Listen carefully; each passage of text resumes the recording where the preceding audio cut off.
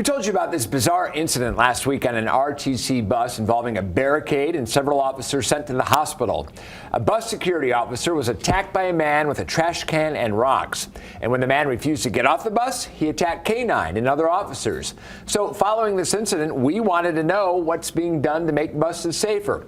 Mike Allen took those questions to RTC and is getting answers for us tonight. He joins us live. Mike.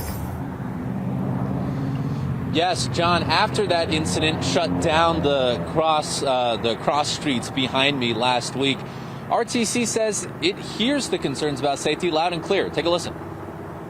The safety and security of our passengers and our drivers is really our top priority.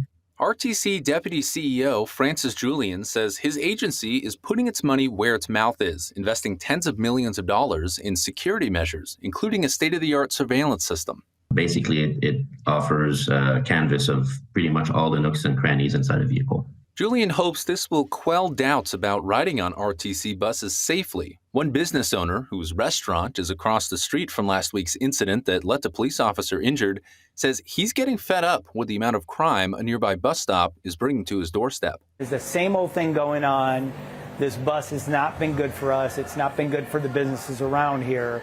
Scott Shecky says while he understands the need for public transportation, there must be some way to make buses and bus stops safer. How can we help rectify this situation if you're transporting somebody to an area of businesses that might not want that person around here?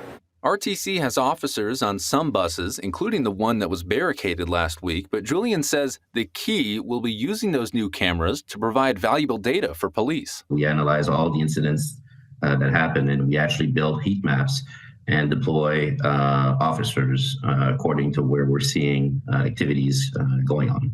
The surveillance system also has a live feature that lets Metro look inside if a dangerous situation happens. And Julian says that live look-in feature actually was used last week during the incident behind me.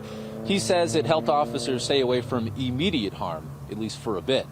Reporting live at Blue Diamond in Durango, Mike Allen, Fox 5 News, local Las Vegas. Mike, thank you. And the RTC also tells us it started putting in upgraded surveillance systems in the fall, and it will be installed on all buses soon.